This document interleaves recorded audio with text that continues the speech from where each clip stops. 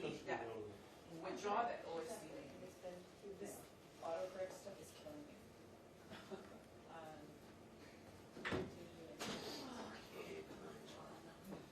Not you, John. John Marker. Change.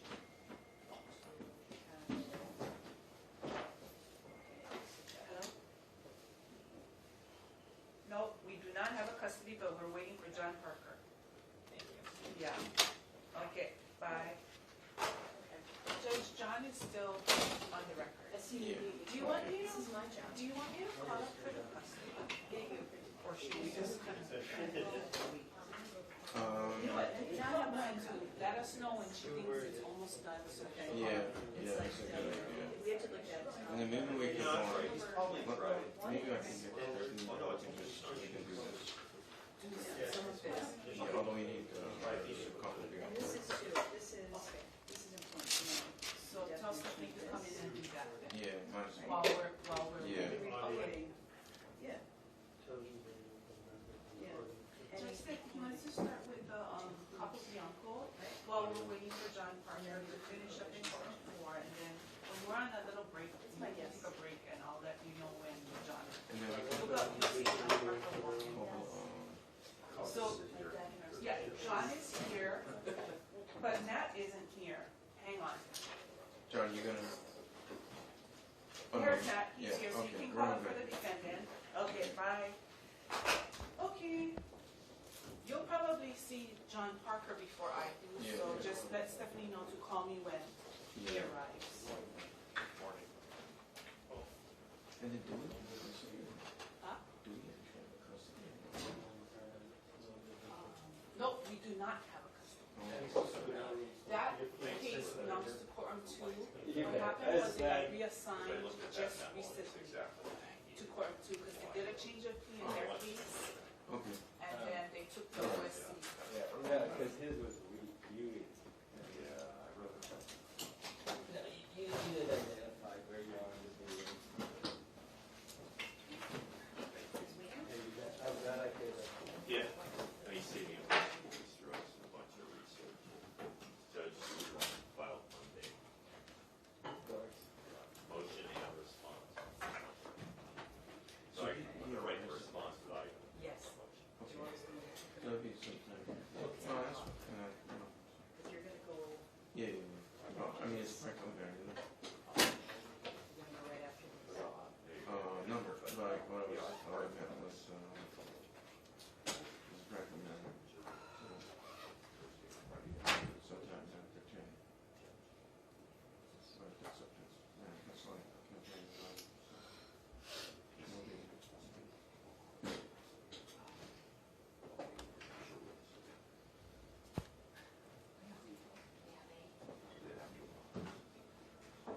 That's pretty nuts.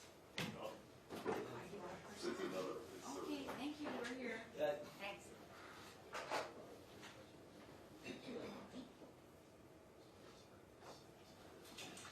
So, practically speaking,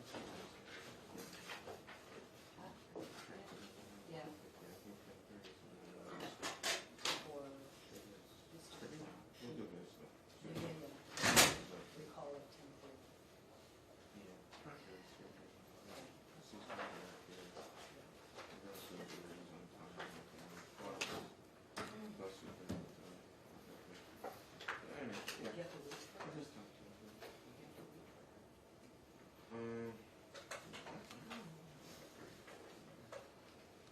Sorry, I spoke to him. Yeah.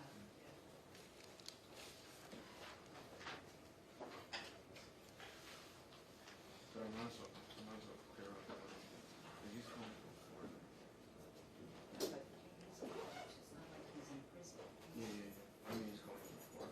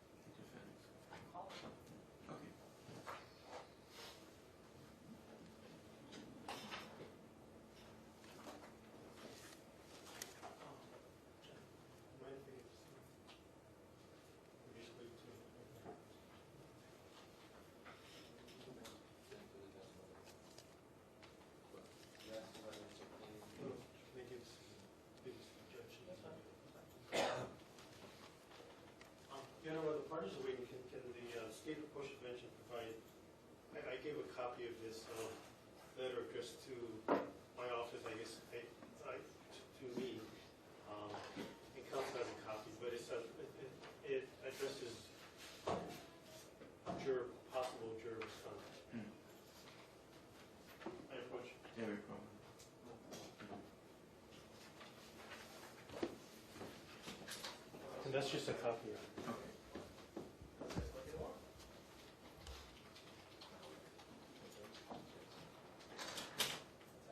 Judge, is it to take off inside or outside? Hmm? Cars can be taken off inside, should we be taken off inside or outside? As of yesterday, let's see, sir. Cars inside, right?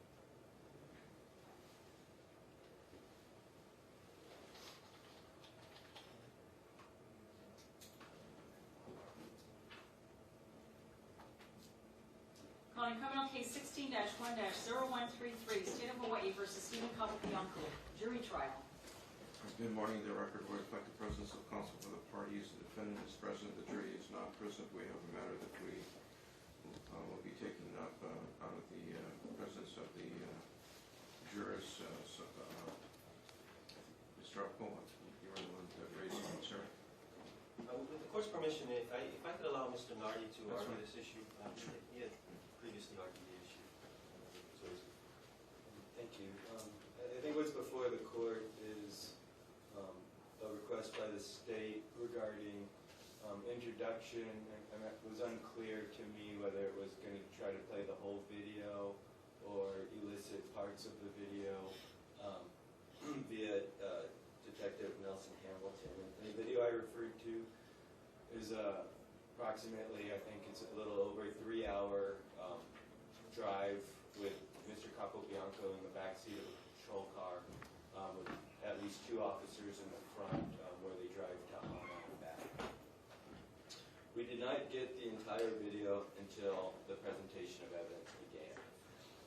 The previous copy we got was on proprietary software, and any type of at least when I tried to play it, any type of adjustment I made to it to, get through a pause, to rewind anything, would cut the audio off, and so it was extremely difficult to listen to. The one that they gave us once the presentation of evidence had already began did resolve that problem. However, it contained twice as much material. The previous version we had apparently been edited, I think what had happened was they broke down the video into segments just as a result of storage issues, and we didn't get all the segments. And I think at least half of the segments had not previously been provided to us before the start of trial. We've never been given a transcript of this interview, and I think it raises numerous questions. First of all, there's a Fourth Amendment issue. At this time, this is late February that this ride takes place. Mr. Capobianco had already been interviewed, and according to the police, had failed a polygraph test, and they've made this aware to him. I think it's clear, based on the record that we've seen at trial, that he was a suspect at this time. And ultimately, the question becomes, with regards to a Fourth Amendment issue, a search and seizure issue, is does a person who knows he is a suspect in a homicide investigation and who agree to accompany officers to the possible crime scene feel free to leave once they are placed in the rear of a patrol car and taken to the scene with multiple officers also in that vehicle? And we know, I know from watching the video, that certainly Mr. Capobianco did not feel free to leave. And the reason I know that is at one point they stopped at a bathroom, so I believe Detective Blue could go to the bathroom. Mr. Capobianco is in the rear seat of the vehicle, and they've already been in the car a while. He wants to stretch his legs. He asks permission before exiting the vehicle. So clearly he did not feel free to leave at that point. Like anybody, if this was a tourist, would open the door and stretch their legs. And so, there is a Fourth Amendment issue, again, because I think the majority of this wasn't given to us already in trial. We never had the opportunity to raise that pre-trial. And that part I just discussed was not on any of the clips we had been given originally. It wasn't, that part wasn't part of the video until we got what I believe now is the complete video, which was, again, after presentation of evidence had already begun. In addition to that Fourth Amendment issue, we also have Fifth Amendment concerns about defendants or suspects' right to be informed of what is known as their Miranda rights. And we know, as of the 12th, police believed that it was appropriate to be Mirandizing Mr. Capobianco, because that is what they in fact did on the 12th. Between the 12th and the date of the ride to Hana, which begins late February, the case had gotten stronger, if anything. It certainly hadn't weakened. They had examined Mr. Capobianco's vehicle in relation to his story, including looking at his battery cables and whatnot. And it seems from certainly the testimony we've heard in trial that they weren't buying it, frankly. They had found Miss Scott's burnt vehicle at Peahi. They found the jawbone, the clothes, and other materials at Wailuku Bay. And nothing weakened the case after the 12th, so the case had only strengthened since the 12th. And it's also interesting that I don't know how much they gained during that ride, but certainly the following day they again spoke with Mr. Capobianco. In the beginning of that interview, they believed that it was appropriate to Mirandize him, and I don't think that was because of anything they had learned on the ride to Hana the previous day. It's just they knew that was appropriate. And at the so at the moment, officers asked Mr. Capobianco if he would accompany them to Hana. They believe, or certainly strongly suspect, that he was culpable for the murder of Charlie Scott. They put a camera in the car focused on where they're going to have him sit in the hopes of obtaining incriminating statements. They ask him questions designed to lead to information that can be incriminating. And despite believing him responsible for the murder of Charlie Scott, and knowing they will be asking him questions regarding the investigation, at no point during this ride do they interview him. And again, he's in the backseat of a patrol car. There's really nowhere he can go at this point. He doesn't have his vehicle. He is completely at their mercy once he steps into that car. The state had never made a request for a voluntariness hearing on this. This is required by statute. If they had, I certainly would have wanted to flesh out the circumstances, including when he was asked regarding this ride, Danielle Schaefer was present. We've never been put on notice that the voluntariness hearing regarding his statements he made in the car was going to be an issue, and so the circumstances under which he got into that car were never really right. The vast majority of the 3 hours is either cumulative, irrelevant, or hearsay. And it consumes, and also the video consumes a substantial amount of time, I think, for very little probative value. And again, much of the video is just cumulative. And when I say that the video contains hearsay, this isn't like a typical interrogation where the state usually gets the officers' questions in for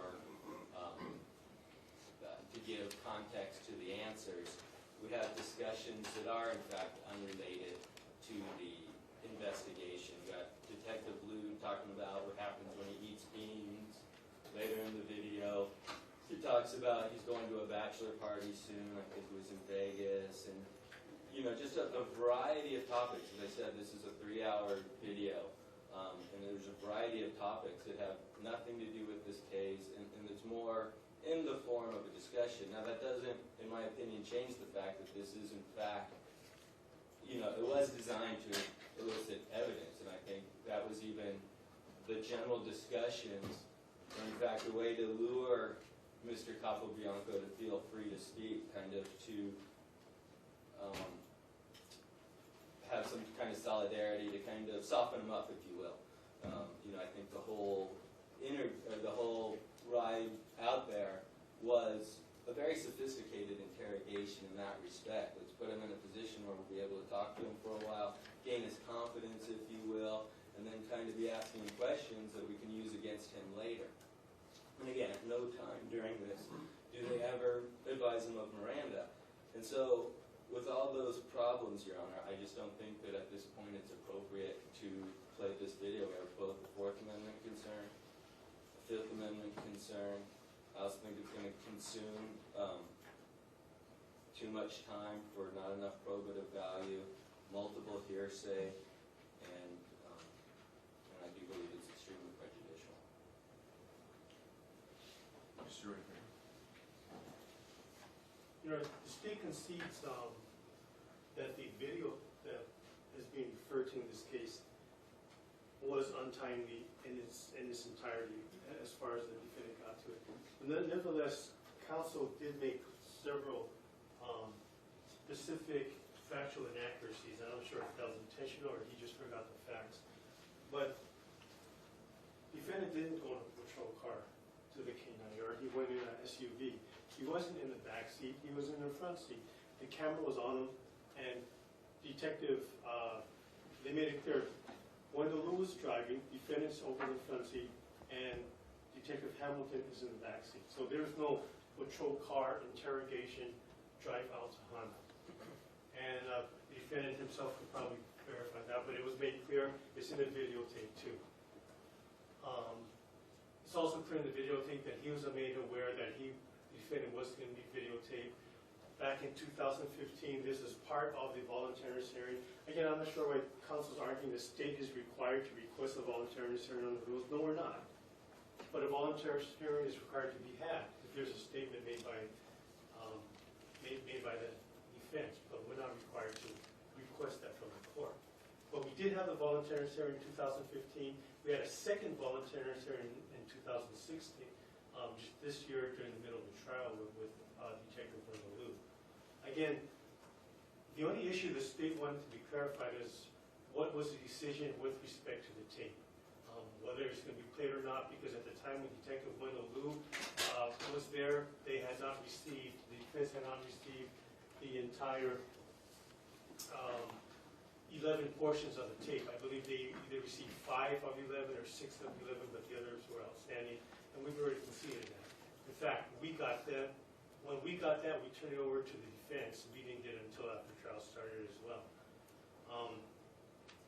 I think the request that the state made more so was, one, clarification on that issue, but two, the state was asking whether or not it could introduce evidence of Detective Hamilton's observations on the ride out to Hana, on the ride out to the K9 area, as well as discuss the areas that was shown to him on the ride out where the defendant claimed to have had his car stalled or broken down, as well as where the defendant claimed to have last seen Charlie Scott's headlights when she supposedly was following behind him, as well as where the defendant was picked up when he was hitchhiking after his car broke down, hitchhiking back to Akakū. Those are the 3 areas that the police had requested the defendant to show them. And again, when the defendant came to the police station, he wasn't even summoned by the police.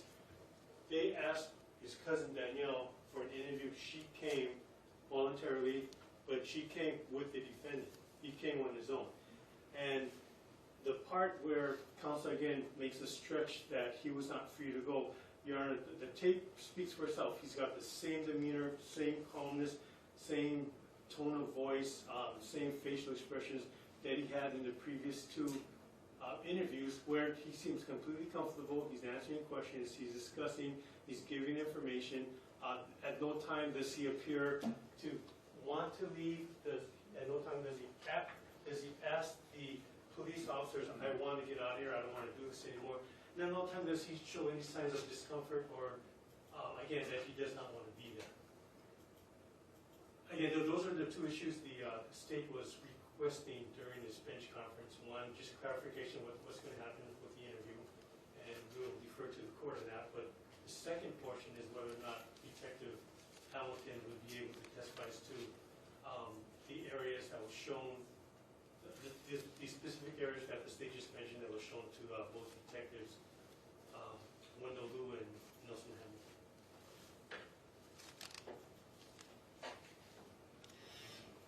Let me just get a little more information. When was the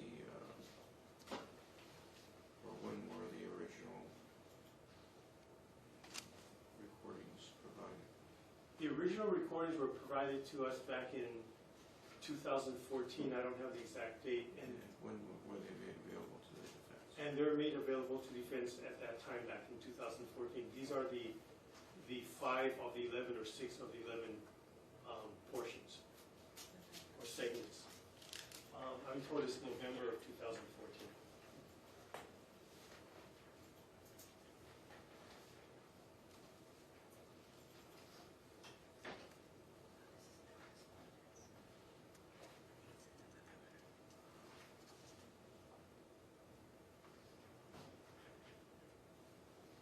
And then,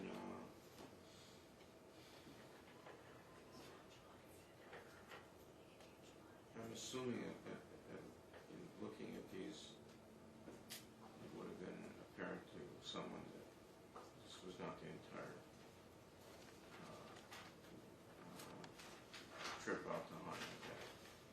Well, Judge, that part of the video was over an hour and a half. It was a little more than half the trip. It was hard to tell because there's no time stamp at what point they are at, and there's just video after video after video. So the state believed that was the video, and I can't speak for counsel, but it did appear some parts might not have been included.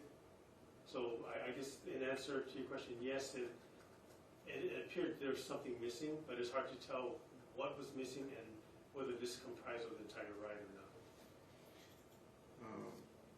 When did you become aware of the other recordings of that day?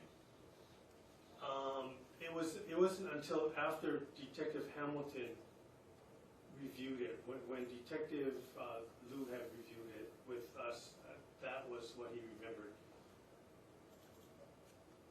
Detective Lou or Hamilton?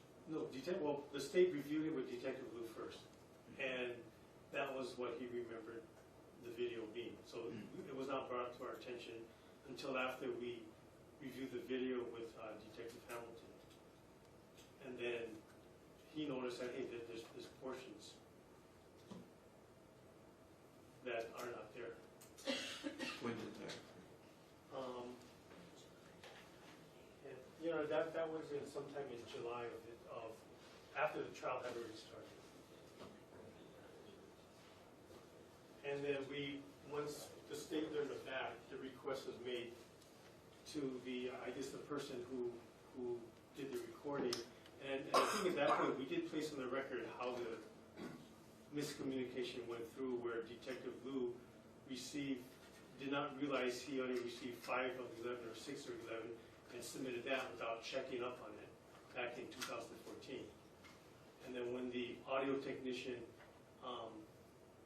burnt the entire copy or the entire all the portions, all 11 portions involved, that's when we became aware of it and then provided it to the defense.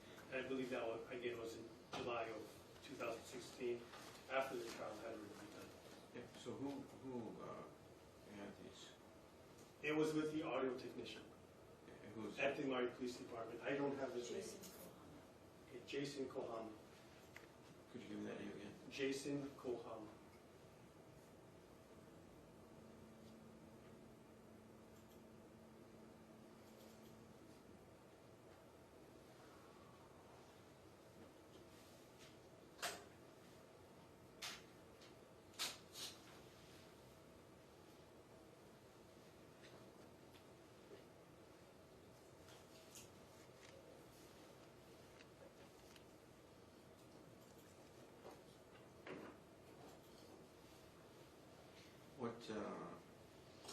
What do you seek to introduce this witness?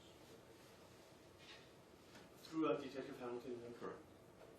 Well, at this point, Related to that, right. that game, That drive. Well, the drive.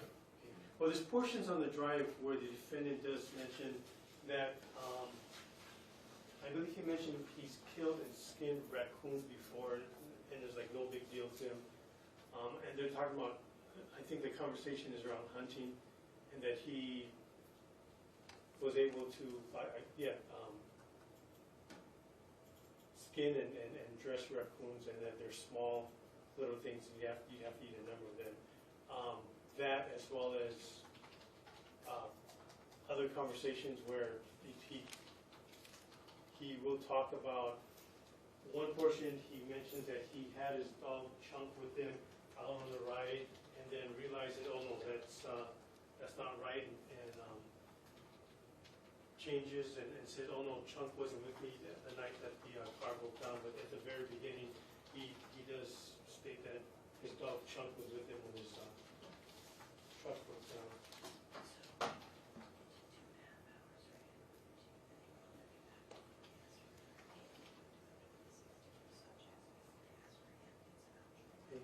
Also, as they're going out there, the defendant doesn't make any mention or concerns of Charlie Scott, doesn't talk about anything until towards the ending of the ride. Then he begins asking questions about Charlie Scott. So at the beginning part, he displays the same type of emotion or lack thereof with the other two interviews, where he's not showing the concern one would expect, as they're looking for somebody who they claim they love, and the mother of their unborn child as well as the unborn child. So that type of demeanor evidence or lack thereof.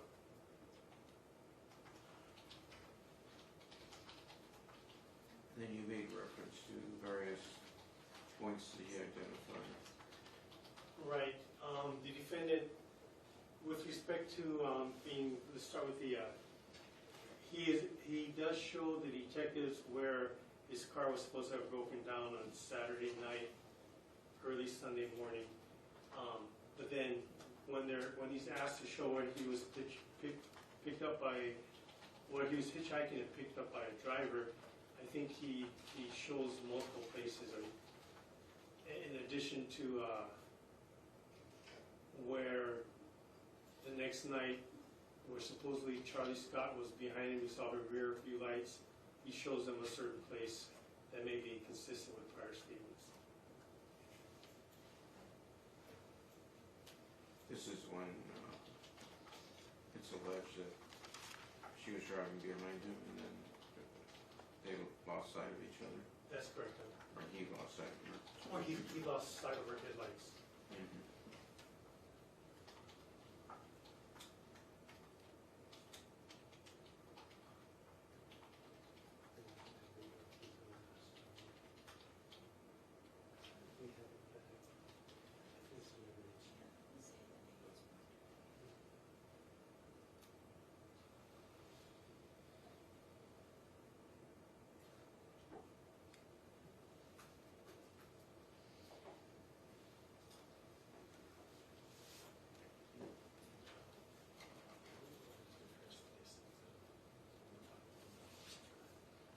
Of these, anything else you seek to introduce? And in addition, Your Honor, the observations that the state stated earlier of where they stopped. When you say observations of, I'm sorry, the observations of Detective Hamilton with respect to the areas that they stopped at. That's not in the recording.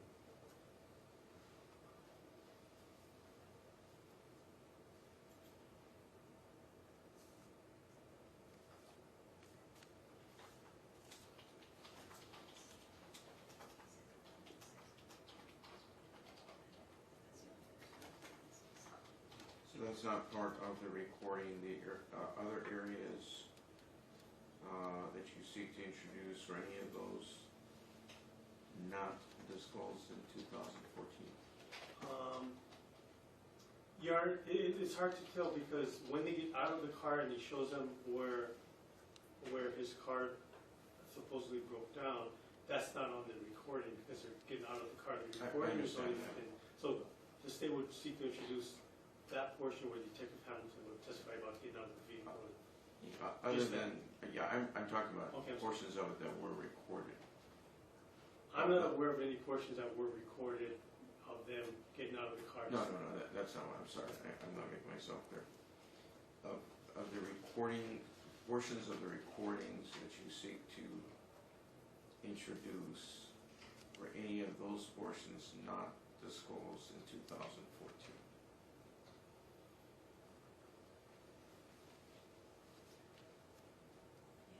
Yes, Your Honor. Well, I think the part of the raccoons, those were disclosed already, because we saw those on the original tape. Okay. But the portions where one, hold on. The portions where one, he says, another statement he makes is, he found out the sex of his baby through Facebook, as well as the demeanor portion. Some of the demeanor evidence on the video would be part of the original 5 or 6 that were turned over. Other portions of the demeanor evidence on the recording obviously would be on the other videos, that other video portions that wasn't turned over until July of 2016. So I mean, I can't tell the court specifically which portions, but I get 5 or 6 video portions were not turned over until July of 2016. Yeah, I got that. I'm just trying to determine what was on those that were disclosed in 2014, what was on Well, the the way, 2016, saying that Chunk was with him and then saying otherwise. yeah, that was part of your 2014 disclosure. The And you know what's in evidence right now? There are 2 DVDs in evidence. One is the 2014 portion, all that was received and turned over in 2014. That's one of the state's exhibits that's already in. There's another state's exhibit that's been marked but not in evidence, and that's the entire 11 portions of it. So we do have those 2 DVDs, and that might be easier to take a look at to determine which has been referred to, that's been turned over. the beginning of the ride, were you referring to his demeanor? Is that That's in 2014 or 16? 2014. When he first gets into the vehicle, and the audio technician, who is Mr. Kohama, is adjusting the equipment, and the defendant comes in there, and they're informing him on the camera, and he's looking right at it. So that's in there. And then where he says his vehicle stalled on the night of February 8th through 9th, when was that portion disclosed? Judge, I believe that is in the July of 2016, because I don't think we saw that in the initial 5 or 6 video portion. And then that portion that deals with where he was able to hitchhike, 2014 or 2016? The hitchhike part. Again, Judge, that may be in because where he supposedly broke down is in 2016. My best guess is that's probably in the 2016 portion. How about where he lost sight of Charlie's headlights? The state believes that's in the 2014 version because they're already on their way back.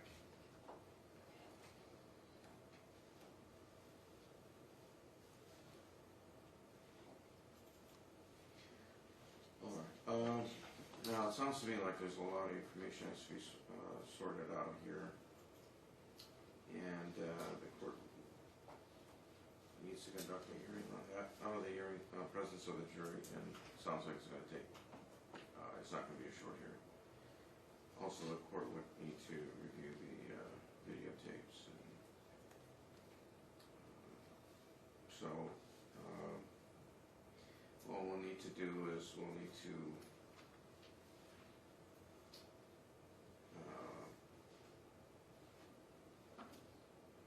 work on scheduling that in. At this point, obviously, I'm not going to. I can't allow it to be introduced now until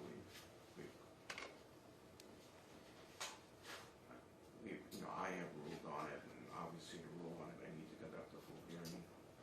There's been some concern about a defense witness that may be called, Danielle Schaefer.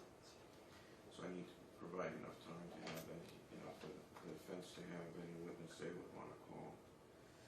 So we'll sort that out.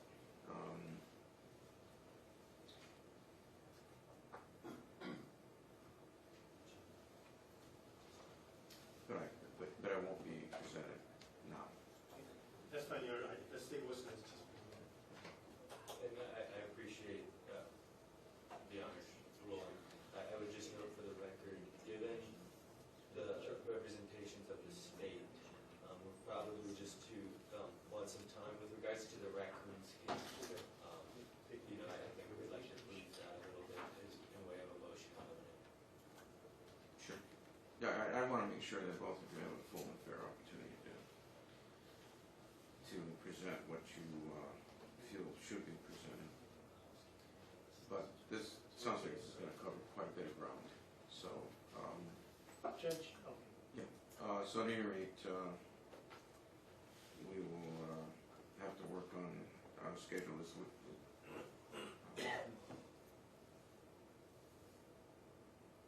Probably sometime next week. And Judge, if the state may request this, we do have Special Agent Michael Easter, who's received permission from the Los Angeles FBI Division to testify. He's got a very busy schedule. He's scheduled to come in Sunday afternoon, and we have him scheduled to testify on September 12th. If we could take him out of order, and because the chances for us to get him back here might be another 2 or 3 months because of his schedule. I don't have a problem with that. I mean, if you're in relation to this issue, we'll work it out when it, so that it'll be heard at a time that it works for everyone. Do you have witnesses that you have to call before Special Agent Easter testifies? Well, it would be Detective Hamilton, as well as we still have Anthony Earls left, but we were going to focus on him so we can get him back to Los Angeles either on Tuesday or Wednesday.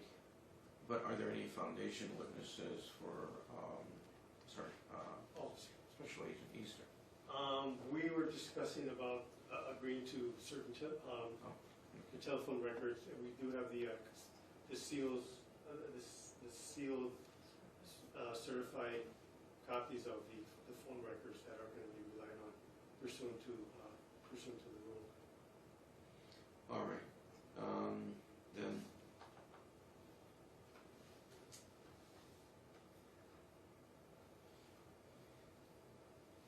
Why don't you folks, obviously, that needs to be presented by way of testimony, should be done. It'll need to be done before Special Agent Easter testifies. On the other hand, if you folks arrive at stipulations, then that's another matter. So I guess you folks need to resolve that amongst yourselves. Yes. And then let me know what you come up with. All right. And Judge, But you have other testimony from Detective Hamilton, or do you? I'm asking. Do you? We do, but the bulk, the remainder of it would be this issue right here, because we've already gone through the majority of his testimony previously. And then you have other witnesses, I saw. But we have Mr. Earls and we have a lay person. But just before we even get into that, since we have the court's attention, I did provide a copy of a communication that was sent to our office, and that's something that is disturbing at this point, at least for the state. And we feel compelled at this point to ask that this matter be addressed as soon as possible before any other evidence or material is presented in front of the jury, and especially in light of the allegations of this letter. And there's some very specific allegations made. It doesn't parallel the other 2 letters, but it is on the same subject matter, same nature, and it appears to be another person, a different person. Again, this letter is not signed with a name other than a concerned citizen, but it does give some parts where this person is identifying himself or herself And at this point, before the state even presents any other evidence or witnesses, the state is respectfully requesting that this be addressed. And this time, well, I shouldn't say this time, but it is, I think the court understands how difficult or awkward it is for the jurors to come out in open court. And although the camera is not showing the juror himself or herself, they are being recorded. And according to the rules, which is brought to my attention, under 5.1, extended coverage means any recording or broadcasting of proceedings. So it doesn't only have to be visual recording, it includes audio recording. And under subsection 5.1 G, which is the paragraph governing restrictions on extended coverage. And this is something that the state has discussed with Ms. Nardi himself, and I believe they are in agreement. It says, there shall be no extended coverage of a juror or a prospective juror. And this doesn't only include, or is not only limited to the voir dire process where we're going for jury selection, but if the court is going to question a juror, the state would respectfully argue that that juror should be in a situation where the extended coverage isn't there to, one, affect him, or to cause him or her to be in a position where they may not feel as free to answer as they would be, whereas when we do the individual voir dire, they're in chambers on the record with the defendant present, and they're being questioned in that manner, but without a public audience. And I think one of the concerns are shared by two of the jurors where two of their acquaintances or friends told them, oh, we saw you on, and the state is not alleging that's happening now, but because it has happened in the past, and two jurors brought it to the court's attention that they were being filmed at the early onset when this case went to trial and live streaming was occurring on a daily basis for an extended period of time. With all of those circumstances, or the totality of all of those circumstances, the state would, I can respectfully argue that it puts a juror in a position to maybe be less candid or forthright. And the state is not saying they're going to intentionally mislead or deceive the court, but they're like any other human beings, and they're in a position that makes it very difficult for them under those circumstances with an extended coverage and in a public forum. So the state would be respectfully requesting, Your Honor, that we take care of this as soon as possible, and if the court, because there's some specific allegations in this letter that the state believes should be asked directly to each of the jurors if they're a part of whatever is being alleged here, and that should a record should be made, and should be cleared if this is not happening. But if this is happening, then there is no way the state should be continuing, or the defense should be continuing with the trial as that. Now, and I'm not speaking for the defense, but if this were on the flip side of the allegations, or on the other side, the state can imagine any defense counsel or defense team would be strenuously objecting to continue a trial if the jurors are alleged to have been deliberating when they're not supposed to. I don't necessarily disagree with anything Mr. Rivera is saying in this respect. I would concur with him that the pressure of being televised or recorded and or well, if counsel believes that's affecting the jurors' ability to be open and honest, I have no problem doing things in camera, and would think that that's actually appropriate if counsel wants to do that. So we wish to flesh this out as much as the state, just to keep the record clean, and I'll defer to the court ultimately on the procedure. All right. Well, just another note. One of our jurors won't be getting until is not here yet, and won't be getting here for a little while. But let me take a look at the communication and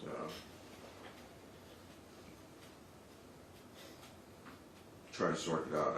I think there's maybe a couple of layers here, because you're talking about extended coverage. There's another layer to this, and that's open court versus, I think what you may be suggesting is out of the presence of the public. That's correct, Your Honor. So that is the Yeah, other that's another issue. Because you have, do you do it with extended coverage, number one? If you don't do extended coverage, do you remain public trial, or do you close the proceeding? To me, that's a separate question. I just throw that out so you folks can think about that.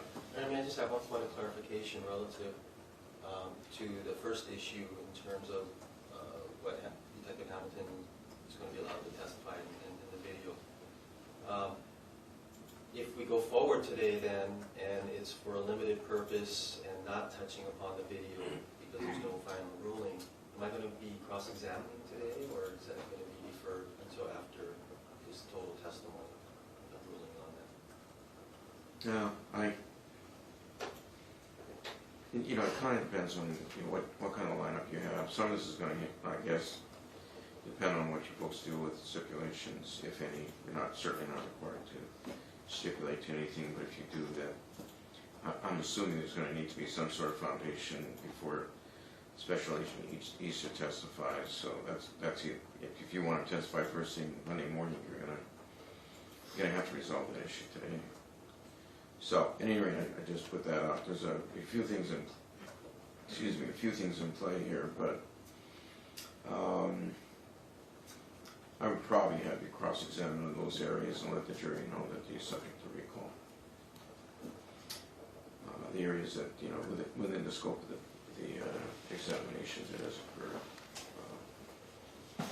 But it sounds like you folks got a fair amount of ground you're going to have to cover and figure out how you're going to handle today. That includes this possible juror issue, as well as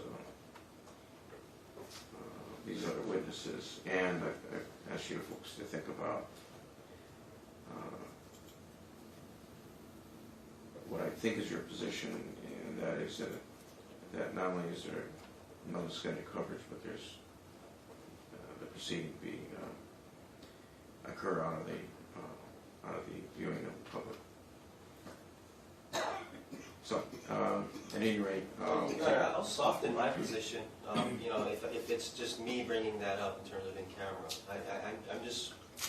I defer to really the court and counsel's request relative to how to appropriately address this.